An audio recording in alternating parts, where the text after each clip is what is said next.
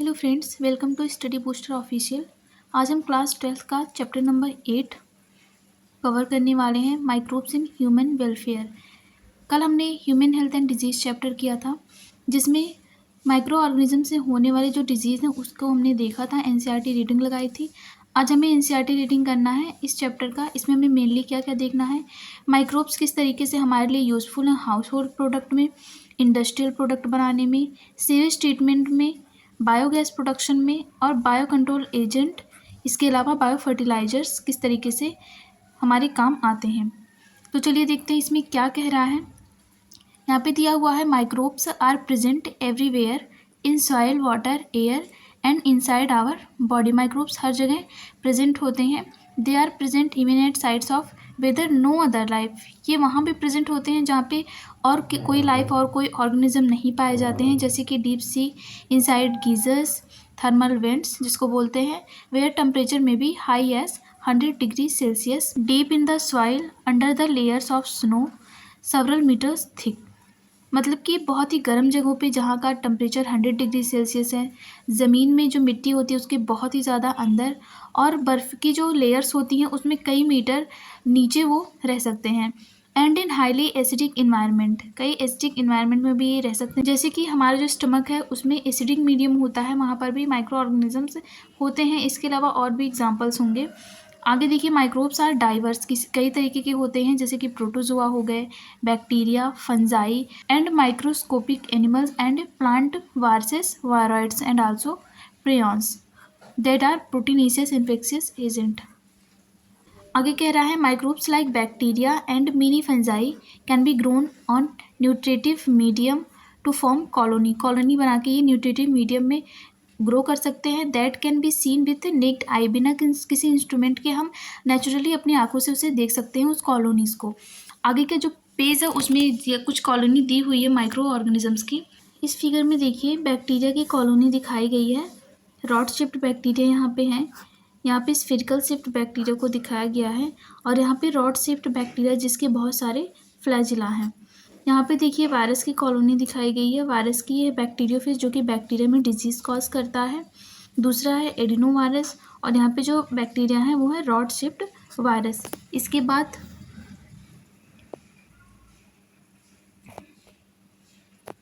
यहाँ बैक्टीरिया की कॉलोनी दिखाई गई है। Bacteria growing in a petri dish, एक पेट्री डिश है जहाँ पे बैक्टीरिया को न्यूट्रिटिव मीडियम में ग्रो करवाया गया है। दूसरी जो फिगर दिख रही है वो है फंगल कॉलोनी की, यहाँ पे फंजाई ग्रो कर रहे हैं। आगे कह रहा है, इन चैप्टर 7 जो कि ह्यूमन हेल्थ एंड डिजीज़ वाला चैप्टर था, हमने वहाँ पे लार्ज नंबर ऑफ डिजीज़ पढ़े जो कि ह्यूमन में होते हैं माइक्रो ऑर्गेनिज्म से। They also cause disease in animal and plants, but this should not make you think that all microbes are harmful. सारे के सारे माइक्रोब्स, ऐसा नहीं है कि सब कुछ हमारे लिए हार्मफुल होते हैं। इनमें से कुछ हमारे ह्यूमन्स और डाइवर्स प्लांट्स के लिए यूजफुल भी होते हैं। Some of the most important contribution of microbes to human welfare are discussed in this chapter. Microbes से क्या क्या हमें फ़ायदे होते हैं उस चीज़ के बारे में इस चैप्टर में दिया गया है। तो आइए सबसे पहले पढ़ते हैं microbes in household product. Micro organism such as lactobacillus and other commonly called lactic acid bacteria grow in milk and convert it into curd. मतलब कि लैक्टोबैसिलस क्या करता है, मिल्क को कर्ड में कन्वर्ट करता है।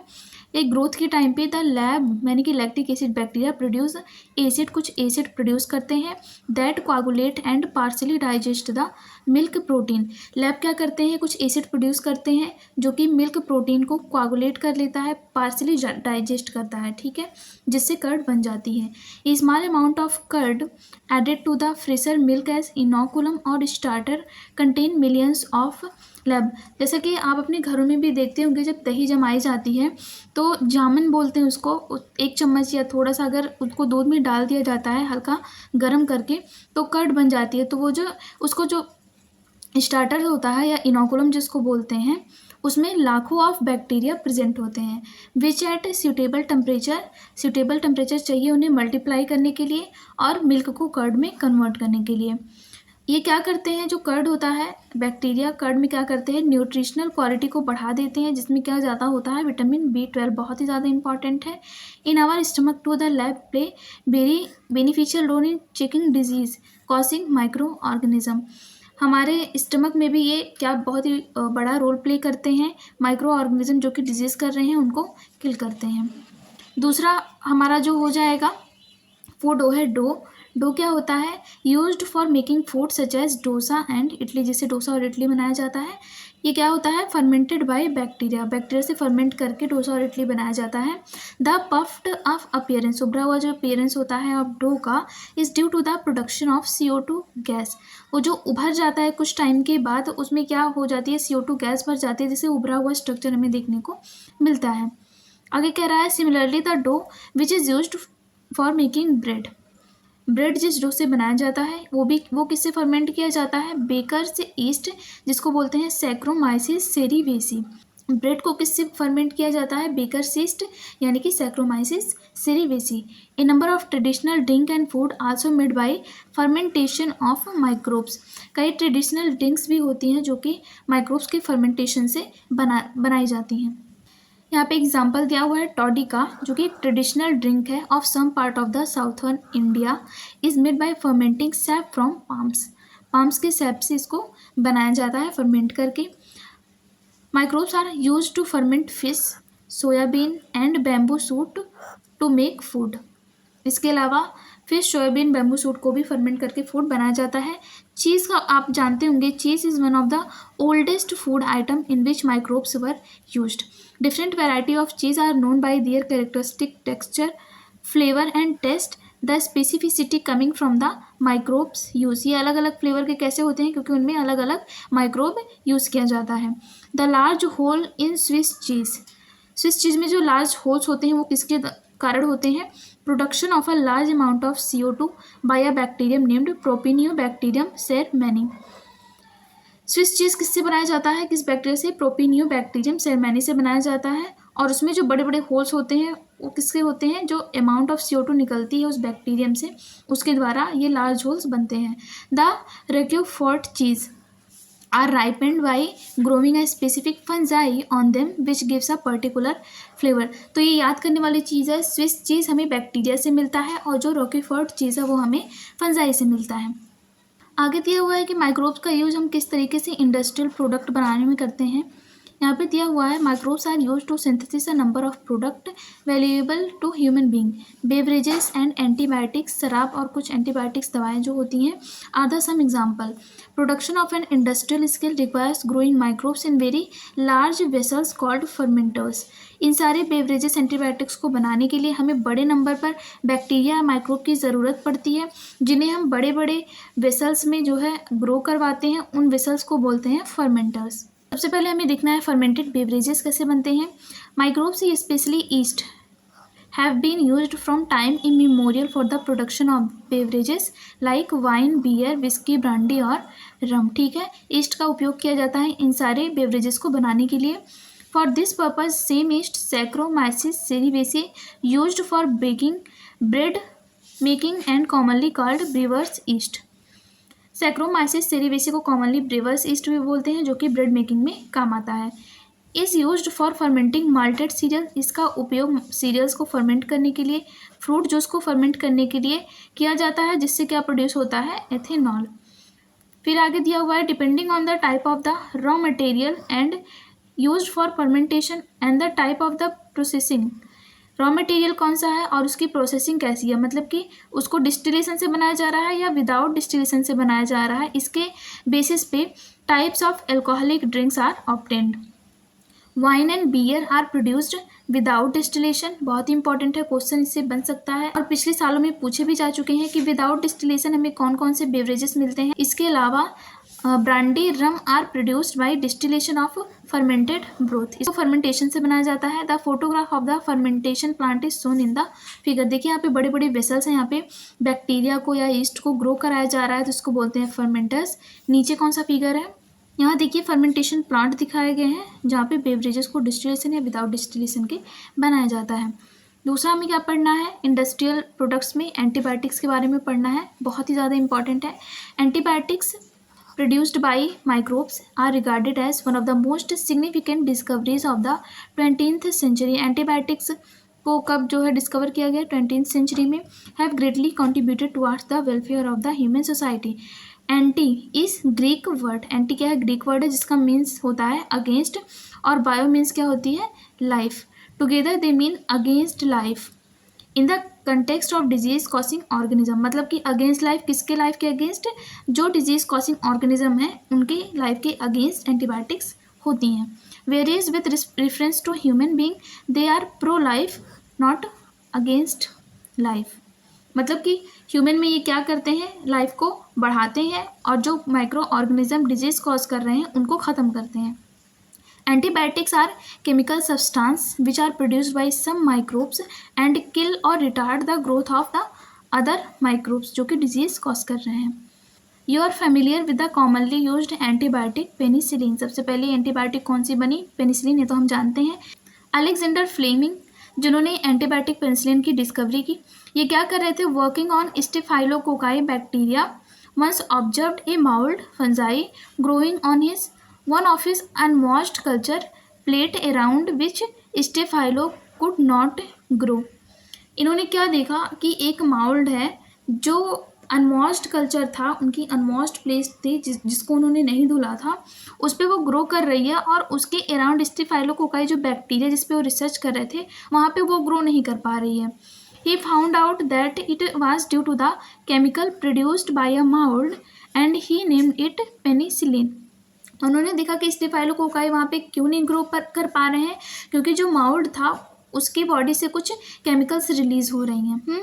After a mould Penicillium notatum उसका नाम था, जो माउल्ड वहाँ पे ग्रो कर रहा था उसका नाम क्या था, पेनिसिलियम नोटेटम।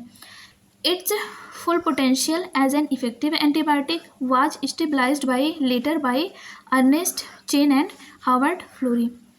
स्टेबलाइज किया गया इफेक्टिव एंटीबायोटिक के रूप में किसने किया, अर्नेस्ट चेन और फ्लोरी ने, जिसकी वजह से फ्लेमिंग, चेन और फ्लोरी को अवार्ड किया गया, नोबेल प्राइज दिया गया 1945 में इनके डिस्कवरी के लिए। पेनिसिलिन के बाद अदर एंटीबायोटिक्स भी डिस्कवर हुई माइक्रोब्स के द्वारा जो बनाई गई थी, देख लेते हैं। Antibiotics have greatly improved our capacity to treat deadly disease such as plague, whooping cough जिसको बोलते हैं काली खांसी, डिप्थीरिया का नेम है गलघोटू, एंड लेप्रोसी यानी कि कुष्ठ रोग। इसका कॉमन नेम याद कर लीजिए, पिछले नीट के PYQs में एग्जाम्स में सारी चीज़ें पूछी जा चुकी हैं, तो ये बहुत ही ज़्यादा इम्पॉर्टेंट है। इंडस्ट्रियल प्रोडक्ट में तीसरा है chemical enzyme and other bioactive molecules. Microbes are also used for commercial and industrial production of certain chemicals like organic acid, alcohol and enzymes। Example of acid produced by Aspergillus niger जो कि एक fungus है, of citric acid. ये याद कर लीजिए, citric acid किससे मिलता है, एस्परजिलस नाइगर से। यहाँ पे देखिए एसिटिक एसिड किससे मिलता है, एसिटोबैक्टर एसिटाई जो कि एक बैक्टीरियम है। इसके अलावा ब्यूटेरिक एसिड हमें मिलता है क्लॉस्ट्रीडियम ब्यूटिलिकम, और हमें लैक्टिक एसिड किससे मिलता है, लैक्टोबैसिलस जो कि एक बैक्टीरिया है। ये भी बहुत ही इंपॉर्टेंट है, ये भी पिछले सालों में क्वेश्चन पूछा जा चुका है। Yeast Saccharomyces cerevisiae is used for commercial production of ethanol. Microbes are also used for production of enzymes. Lipases are used in detergent formulation and are helpful in removing oily stains from the laundry। Lipases का use जो oily stains होते हैं कपड़ों पर उसको remove करने के लिए किया जाता है। इसके अलावा bottle fruit juice bought from the market are clearer as compared to those made at home। This is because bottle juice are clarified by the use of pectinases and proteases। इस paragraph में सबसे ज़्यादा important यही है कि जो lipase होता है वो ऑयली स्टेन को रिमूव करने के लिए किया जाता है, और जो हमारा प्रोटीज हो जाता है वो बॉटल जूस के क्लैरिफिकेशन में किया जाता है। यहाँ पे आगे देखिए, streptokinase produced by bacterium Streptococcus and modified by genetic engineering is used a clot buster from removing clot from the blood vessels of patient who have undergone myocardial infarction leading the heart attack। Clot buster करवाता है, अगर clot बन जाता है किसी heart patient में जिससे उसे हार्ट अटैक आ सकता है वो, तो ये स्ट्रेप्टोकोकस जो होता है बैक्टीरियम उसके द्वारा स्ट्रेप्टोकाइनोज प्रोड्यूस करवाया जाता है जो कि क्लॉट बस्टर करवाता है। इसके अलावा एक और molecule cyclosporin A that is used as an immunosuppressive drug in organ transplant patient is produced by the fungus Trichoderma polysporum।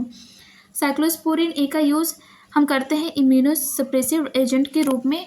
जब किसी पर्सन को ट्रांसप्लांट किया जाता है किसी ऑर्गन का, किडनी, हार्ट, लिवर, तो उसको साइक्लोस्पोरिन ए दिया जाता है जिससे वो ग्राफ्ट रिजेक्शन ना कर पाए। और ये किससे बनता है? ट्राइकोडर्मा पॉलिस्पेरम फंगस से बनता है। इसके अलावा स्टैटिन बहुत ही इंपॉर्टेंट है, प्रोड्यूस्ड बाय ईस्ट, जिसका नाम है, कौन सा ईस्ट है? Monascus purpureus, have been commercial as blood cholesterol lowering agent. Blood में कोलेस्ट्रॉल जब बढ़ जाता है तो मोनस्कस परप्यूरियस द्वारा जो स्टैटिन बनाया जाता है उससे क्या होता है? कोलेस्ट्रॉल लोअर हो जाता है हमारे ब्लड में। It acts as competitively inhibiting the enzyme responsible for synthesis of cholesterol. जो एंजाइम कोलेस्ट्रॉल को बढ़ाता है उससे ये कॉम्पिटिटिव इनहिबिशन करता है, जिससे एंजाइम अपना काम नहीं कर पाता है और ब्लड में कोलेस्ट्रॉल की मात्रा कम हो जाती है। तो अगर देखा जाए तो इस चैप्टर में तो वैसे ज़्यादातर चीज़ें इंपॉर्टेंट है, पर ये जो पैराग्राफ है, इस पैराग्राफ में बहुत सी ऐसी इंपॉर्टेंट चीज़ें दी गई हैं। यहाँ पे देखिए आप सब बायोएक्टिव मॉलिक्यूल दवाओं के बारे में दिया हुआ है, यहाँ पे लाइपेज प्रोटीज के बारे में दिया गया है, और जो हमें कुछ एसिड्स मिल रहे हैं उन सारे एसिड्स के बारे में दिया गया है। तो इससे क्वेश्चन ज़्यादातर पूछे जा चुके हैं और ऐसा भी हो सकता है आगे इसी से पूछे जाए। तो ये जो है केमिकल एंजाइम और बायोएक्टिव मॉलिक्यूल के जो एग्जाम्पल्स हैं उन्हें आप डेली का डेली रिवाइज करिएगा ताकि आपको ये सारी चीज़ें हमेशा याद रह सकें। फिर आगे हम देखते हैं माइक्रोब्स इन सीवेज ट्रीटमेंट। जो सीवेज निकलती हैं हमारे इंडस्ट्रीज से और हमारी सोसाइटी से, उसका ट्रीटमेंट कैसे किया जाता है। Municipal waste water is called sewage. It contains large amount of organic matter and microbes, many of which are pathogenic, जो कि डिजीज कॉज करते हैं। इसके अलावा this can not be discharge into natural water bodies like rivers and stream directly. You can understand why. देखिए ये सारे जो सीवेज होते हैं जो हमारे इंडस्ट्री और सोसाइटी से निकलते हैं उसको हम डायरेक्ट जो है डिस्चार्ज नहीं कर सकते हैं, नदियों में नहीं गिरा सकते हैं, क्योंकि वो उसमें बहुत सारे माइक्रोब्स होते हैं, ऑर्गेनिक मैटर होते हैं, पैथोजन होते हैं जो डिजीज़ कॉज करते हैं, जिससे आसपास जो है हमारी नदियाँ बहुत ही गंदी हो जाएंगी। इसके अलावा हम डायरेक्ट उसको उसमें फ्लो नहीं करवा सकते हैं। इसके लिए क्या किया जाता है? बिफोर डिस्पोजल है सीवेज इज ट्रीटेड, उसको ट्रीट किया जाता है सीवेज ट्रीटमेंट प्लांट्स में। To make its less polluting, treatment of wastewater is done by the heterotrophic microbes naturally present in the sewage. This treatment is carried out by two stage में इसको clean किया जाता है sewage को। तो हम सबसे पहले देखते हैं प्राइमरी ट्रीटमेंट क्या होता है। This treatment steps basically involve physical removal किया जाता है प्राइमरी ट्रीटमेंट में of particles large and small from the sewage through filtration and sedimentation. Filtration और सेडिमेंटेशन के द्वारा जो फिजिकल रिमूव होता है, जैसे कि बॉटल्स हो गई, कुछ पॉलीथीन्स हो गई, कुछ और चीज़ें हो गई, उसको रिमूव कर दिया जाता है। This are removed in two stages. Initially क्या किया जाता है? फ्लोटिंग डेबीज जो ऊपर ऊपर बहते हैं, ऊपर तैरते हैं, is removed by sequential filtration. Then the grit यानी कि जो सॉइल है, स्मॉल पिबल्स हैं, are removed by sedimentation. All solids that settle from the primary sludge and the supernatant forms called effluent. इसके अलावा the effluent from the primary settling tank is taken for secondary treatment. जो effluent मिला हमें sedimentation और filtration करने के बाद उसको हम सेकेंडरी ट्रीटमेंट के लिए सेटलिंग टैंक में आगे भेज देते हैं।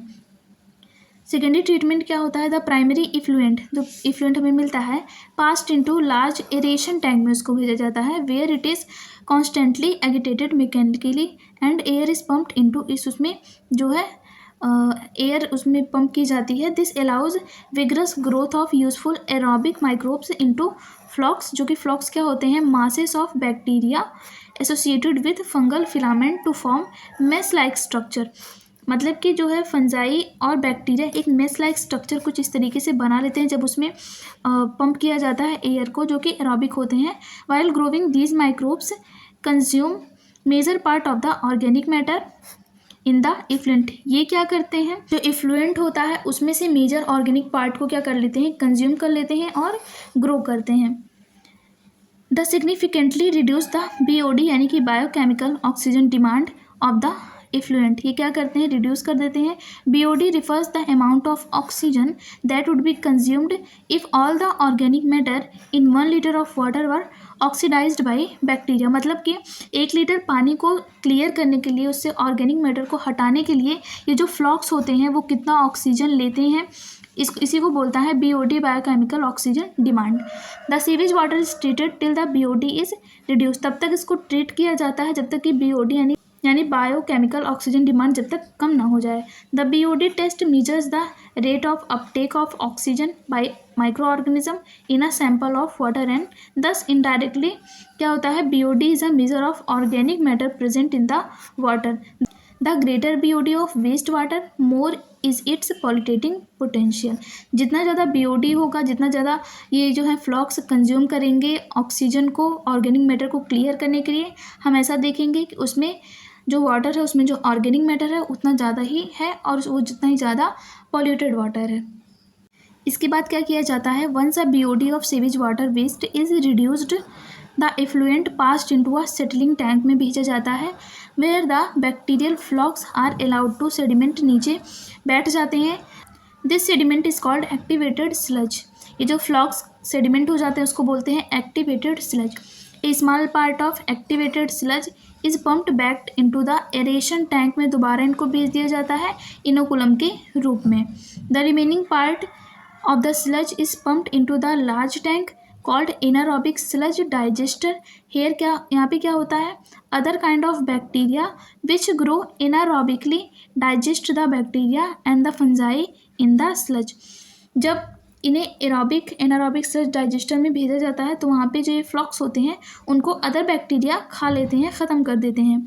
During this digestion bacteria produce a mixture of gases such as methane, hydrogen sulphide and carbon dioxide. These gases from biogas and can be used as source of energy as it is inflammable. जब ये फ्लॉक्स को digest करते हैं तो बहुत सारी gases निकलती हैं, मीथेन, हाइड्रोजन, कार्बन डाइऑक्साइड, जो कि ज्वलनशील होती हैं, जिसको हम सोर्स ऑफ एनर्जी के रूप में यूज़ कर सकते हैं। दस effluent from the secondary treatment plant is generally released into natural water bodies like river and stream. जब ये पूरा सीवेज ट्रीटमेंट हो जाता है तो उसको हम नदियों में और झरनों में बहा देते हैं। यहाँ पे देखिए, microbes play a major role in treating millions of gallons of waste water every day cross a globe. यहाँ आगे क्या कह रहा है, the ministry of environment and forest has initiated Ganga action plan and Yamuna action plan to save this major rivers of our country from pollution. Under this plant it is proposed to build a large number of sewage treatment plant so that only treated sewage may be discharged in the rivers. Ministry of environment और forest ने क्या किया, Ganga action plan और Yamuna action plan बनाया, जिसके इन्होंने बहुत सारे सेवेज ट्रीटमेंट प्लांट बनाए जहाँ पे पहले वाटर को, सेवेज को जो है ट्रीट किया जाता है, उसके बाद ही उन्हें इन दोनों नदियों में फ्लो करवाया जाता है जिससे जो ये नदियाँ हैं वो पॉल्यूटेड ना हों। आगे हमें देखने हैं microbes in production of biogas. Microbes का यूज़ करके हम कैसे बायोगैस प्रोड्यूस करवाते हैं। Biogas is a mixture of gases. कौन कौन सी गैसेस होती हैं इनमें, जिनका यूज़ हम करते हैं फ्यूल के रूप में। You have learn the microbe produce different type of gases in the products during the growth and metabolism. हमने शुरुआत में पढ़ा कि कार्बन डाइऑक्साइड, मीथेन, हाइड्रोजन, ये सारी गैसेस वो प्रोड्यूस करती हैं अपने ग्रोथ और मेटाबॉलिज्म के टाइम पे। Certain bacteria which grow anaerobically of cellulosic material produce large amount of methane along with CO2 and hydrogen. These bacteria are collectively called methanogens. And one such common bacterium is methanobacterium. methanobacterium होता है जो कि cellulosic material पे बैठ करके large amount में methane, carbon dioxide और hydrogen gas produce करता है। These bacteria are commonly found in anaerobic sludge during sewage treatment. These bacteria are also present in the rumen, a part of stomach of cattle. A lot of cellulosic material present in the food of cattle is also present in rumen. In rumen, these bacteria help in the breakdown of cellulose and play an important role in nutrition of cattle. जो cattle का stomach होता है वो cellulosic material खाते हैं plants को, तो इस पे सारे बैक्टीरिया होते हैं जो इनके स्टमक में चले जाते हैं, वहाँ पर भी ये इनको न्यूट्रिशन देते हैं कैटल्स को। और जब the excreta dung of cattle commonly called gobar is rich in this bacteria, जब वो एक्सक्रीटा गोबर निकलता है तो उसमें भी बहुत ही ज़्यादा मात्रा में बैक्टीरिया पाए जाते हैं। During can be used for generation of biogas commonly called गोबर गैस, जिसका यूज़ हम जिस गोबर का यूज़ हम करते हैं बायोगैस प्रोड्यूस करने के लिए, जिसको हम जनरली बोलते हैं गोबर गैस। अब देखिए बायोगैस प्लांट में क्या होता है। Biogas plant consist of concrete tank होती है, कितने फीट की डीप, 10 से 15 फीट डीप होती है, in which bio waste are collected and a slurry of dung is fed. ये फ्लोटिंग कवर होती है उसके ऊपर, स्लरी के ऊपर, जो कि क्या करती है, rising as the gas and produced in the tank due to microbial activity, जो कि ऊपर उठती है जब माइक्रोबियल एक्टिविटी होती है। यहाँ पे देखिए टिपिकल जो है बायोगैस प्लांट दिखाया गया है। यहाँ पे डंग और वाटर डाला जाता है, जहाँ से यहाँ पे बैक्टीरिया अपना काम करके methane, carbon dioxide, hydrogen gas बनाती है, गैस होल्डर होता है, और यहाँ से घर घर में जो है पाइप फ्लो करवा दी जाती है। इसके अलावा यहाँ पे जो स्लज बनता है उसका यूज हम खाद बनाने के लिए करते हैं। The biogas plant has an outlet होती है which is connected to a pipe to supply biogas to nearby houses. Supply किया जाता है इस पाइप से। द स्पेंट स्लरी, जो स्लरी बचती है, रिमूव्ड थ्रू अनदर आउटलेट, यहाँ पे may be used as fertiliser के रूप में इस स्लज को यूज़ कर लिया जाता है। Cattle dung is available in large quantity in rural area where cattle are used for a variety of purpose. So biogas plant are more often built in rural area. The biogas produced is used for cooking and lighting के लिए use किया जाता है biogas का। The picture of biogas plant यहाँ पे दिखाया गया है। The technology of biogas production was developed in India. India में इसका प्रोडक्शन किया गया, डेवलप किया गया, mainly due to the effort of the Indian Agricultural Research Institute, जिसको बोलते हैं IARI, and Khadi and Village Industry Commissions, KVIC। बहुत ही ज़्यादा इंपॉर्टेंट है। डेवलप किसने किया है बायोगैस प्रोडक्शन को, तो ये दोनों जो कम्युनिटीज़ हैं, इन्होंने इंस्टीट्यूट है, इन्होंने करवाया। बायो कंट्रोल एजेंट के रूप में माइक्रोब्स किस तरीके से यूज़फुल होते हैं, चलिए देखते हैं। बायो कंट्रोल रिफर क्या करता है, use of biological method for controlling plant disease in pest. In modern society this problems have been tackled increasingly by the use of chemicals, by use of the insecticide and pesticide. Pesticide और insecticide को use करके हम अपने खेतों में जो है paste को मारते हैं, जो कि क्या होता है, chemicals are toxics and extremely harmful, जो कि बहुत ही ज़्यादा हार्मफुल होता है। इसलिए हमें क्या करना चाहिए, to human being to the animal alike have been polluting our environment. ये क्या करते हैं, हार्मफुल भी होते हैं और जो है पॉल्यूट करते हैं हमारे इन्वायरमेंट को। इसलिए हमें बायो कंट्रोल एजेंट यानी कि माइक्रोब्स की ज़रूरत पड़ी इन पेस्ट को ख़त्म करने के लिए। In agriculture, there is a method to controlling pest that release or natural predation rather than the introduced chemical.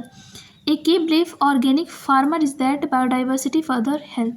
The organic farmer works to create a system where the insects that are sometimes called pests are not eradicated but instead are kept to manageable level of complex system of checks and balance within a living and vibrant ecosystem.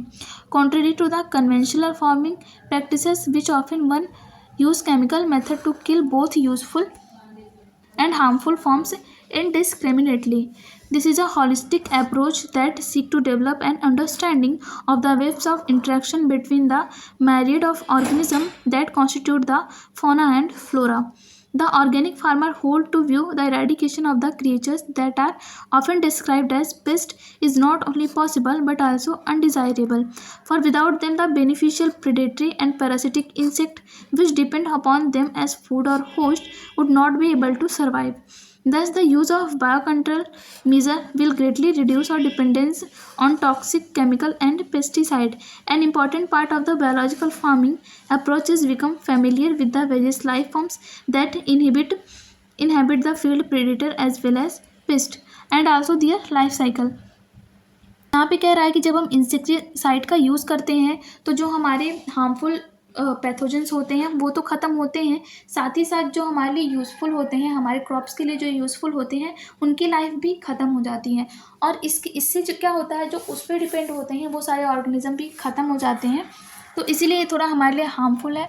इसके लिए हमें organic farming start करनी पड़ी। हमारे जो organic farmers हैं उन्होंने क्या किया कि पर्टिकुलर उस पेस्ट के लिए जो उसको किल कर सकता है ऐसे पैथोजेंस ले आए जिससे डिजीज़ हो रही है उसको वो खा लेते थे, ख़त्म कर देते थे, जिससे क्रॉप्स भी बच जाती थी और जो कुछ इम्पॉर्टेंट बैक्टीरिया हैं, ऑर्गेनिजम्स हैं हमारे क्रॉप्स के लिए, वो वैसे के वैसे ही रहते थे। यहाँ पे देखिए, very familiar beetle with red and black markings, the lady bird and the ड्रैगनो flies are useful to get rid of एम्फिड्स and mosquito respectively.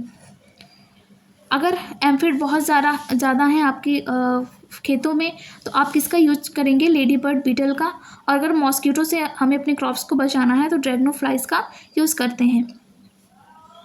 इसके अलावा एक एग्जाम्पल यहाँ पे दिया हुआ है बटरफ्लाई कैटरपिलर्स को ख़त्म करने के लिए।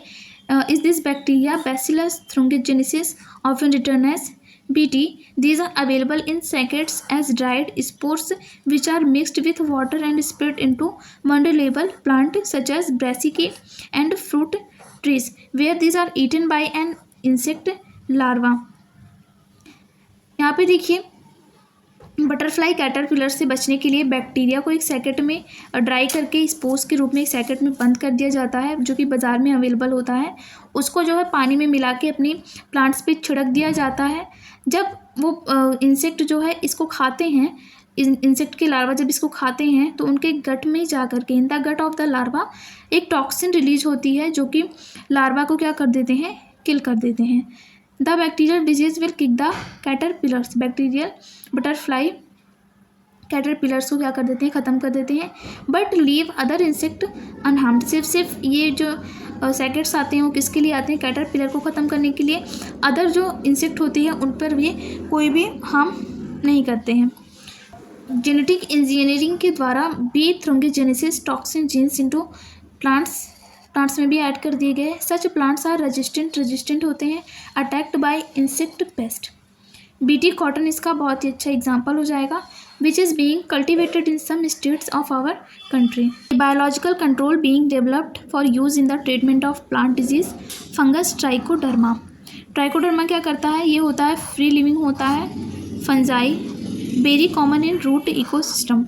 दे are effective biocontrol agent in several plant pathogen. Trichoderma एक फंगस होता है जो कि प्लांट पैथोजन को किल करता है एज अ बायोकंट्रोल एजेंट। यहाँ पे कुछ इंसेक्ट और आर्थ्रोपोड को ख़त्म करने के लिए हम किस पैथोजन का यूज़ करते हैं? बैक्यूलोवायरस। ये क्या होते हैं? Majority of baculovirus used as biological control agent are in the genus nucleopolyhedrovirus. ये इसका जीनस क्या होता है? न्यूक्लियोपॉलीहेड्रोवायरस, जो कि क्या करते हैं? इंसेक्ट और आर्थ्रोपोड को ख़त्म करते हैं। ये क्या होते हैं? These viruses are excellent candidate for species specific narrow spectrum insecticidal application. They have been shown to have no negative impact on plant and mammals, birds, fishes or even non-target insect. इनसे plant, animal, bird, fish और non target insect को ये कोई भी harm नहीं पहुंचाते हैं। ये पर्टिकुलरली जिस चीज़ के लिए होते हैं, इंसेक्ट और आर्थ्रोपोड के लिए, सिर्फ उन्हीं को किल करते हैं। This is especially desirable when beneficial insects are being conserved to add an overall integrated pest management IPM program or when an ecologically sensitive area being treated. किसी सेंसिटिव एरिया को ट्रीट करने के लिए हम इनका यूज़ करते हैं। आगे देखिए, बायो फर्टिलाइजर्स के रूप में माइक्रोब्स को कैसे यूज़ किया जाता है। यहाँ पे दिया हुआ है, the use of chemical fertilizers to meet the ever increasing demand of agricultural produce has contributed significantly to the pollution. Of course, we have now realized that there are problems associated with overuse of chemical fertilizers and there is a large pressure to switch to organic farming, the use of biofertilizers. बहुत ही ज़्यादा demand है इस समय। Chemical fertilisers को अब ज़्यादातर use नहीं किया जाता है क्योंकि ये बहुत ही ज़्यादा हार्मफुल होते हैं, इसलिए हमें बायो फर्टिलाइजर्स का यूज़ करना चाहिए, ऑर्गेनिक फार्मिंग करनी चाहिए। बायो फर्टिलाइजर्स क्या करते हैं? Bio fertilizers are organism that enrich the nutrient quality of the soil की न्यूट्रिएंट क्वालिटी को बढ़ा देते हैं। The main source of bio fertilizers are bacteria, fungi and cyanobacteria. You have studied about the nodules on the root of leguminous plant found by the symbiotic association of rhizobium. These bacteria fix atmospheric nitrogen into organic forms which is used by the plant as nutrient. ये जो rhizobium होता है वो leguminous plant के root में nitrogen fixation करके nutrient की quality को बढ़ा देता है, जिस न्यूट्रिएंट को प्लांट यूज़ करते हैं अपनी ग्रोथ के लिए।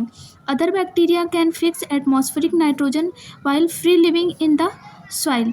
कुछ फ्री लिविंग सॉइल में पाए जाते हैं बैक्टीरिया जो कि एटमॉस्फेरिक नाइट्रोजन को फिक्स करते हैं, जैसे कि इसके दो एग्जांपल हैं, एजोस्पाइरिलम और Azotobacter, thus enriching the nitrogen content of the soil। आगे क्या कह रहा है, fungi are also known to form symbiotic association with plant mycorrhiza, जो फॉर्म करते हैं। Many members of the genus glomus form mycorrhiza. The fungal symbiont in this association absorb phosphorus from soil and pass it to the plant. जो ये fungal सिम्बायोंट होता है mycorrhiza में, वो soil से क्या एब्जॉर्ब करता है, फॉस्फोरस को, और प्लांट के पास कर देता है रूट के थ्रू। Plant having such association show other beneficial also such as resistant to root borne pathogens, tolerance to salinity and drought, and overall increase in the plant growth and development. इस एसोसिएशन से और भी बेनिफिट होते हैं plant को, जैसे कि वो रेजिस्टेंट हो जाता है रूट बॉर्नी पैथोजन से, टॉलरेट कर लेता है बाढ़ और सूखे के केस में, और ओवरऑल इसकी इंक्रीज बढ़ जाती है, प्लांट ग्रोथ हो जाती है और डेवलपमेंट होती है। आगे साइनोबैक्टीरिया के बारे में दिया हुआ है। Cyanobacteria are autotrophic microbes. Autotrophic microbes होते हैं widely distributed in aquatic and terrestrial environment of many which can fix atmospheric nitrogen, जैसे कि साइनोबैक्टीरिया के एग्जांपल हैं एनाबिना, नॉस्टॉक और ऑसिलेटोरिया। इसका एग्जांपल एनाबिना और नॉस्टॉक हमें बायोलॉजिकल क्लासिफिकेशन के साइनोबैक्टीरिया वाले टॉपिक में दिया हुआ है। In paddy field, cyanobacteria serve as important biofertilizers. Blue-green algae also add organic matter to the soil and increase its fertility. Currently, in our country, a number of biofertilizers are available commercially in the market, and farmers use these regularly in their fields to replenish soil nutrient and to reduce dependence on chemical fertilizers. आज के time पे हमारे देश में जो किसान हैं वो केमिकल फर्टिलाइज़र्स की जगह पे इन्हीं सारे बैक्टीरियाज बायो फर्टिलाइज़र्स को यूज़ कर रहे हैं, जिससे सॉइल का जो क्वालिटी है, न्यूट्रिएंट है, उसमें बना रहे और हमारी जो डिपेंडेंसी है केमिकल फर्टिलाइज़र्स पे वो ख़त्म हो सके। तो इस तरीके से हमारा ये चैप्टर कंप्लीट हो जाता है। एनसीईआरटी लाइन बाय लाइन सब कुछ पढ़ाया जा चुका है इस सीरीज़ में। इसके अलावा हमारे चैनल पर एनसीईआरटी शॉर्ट सीरीज़ चल रही है, जिसमें 1 मिनट में आपको इम्पॉर्टेंट कॉन्सेप्ट और फिगर्स रिवाइज करवाए जा रहे हैं। तो इस वीडियो के डिस्क्रिप्शन में मैं एनसीईआरटी शॉर्ट सीरीज़ और एनसीईआरटी हाईलाइट सीरीज का लिंक दे दूँगी। वहाँ से आप जाके ये सारी जो वीडियोज़ हैं उसको देख सकते हैं, अपनी स्टडी को और बेहतर कर सकते हैं। आई होप आपको ये वीडियो पसंद आई होगी। पढ़ते रहिए, अपने सपनों की तरफ एक कदम बढ़ाते रहिए। मिलते हैं नेक्स्ट वीडियो में।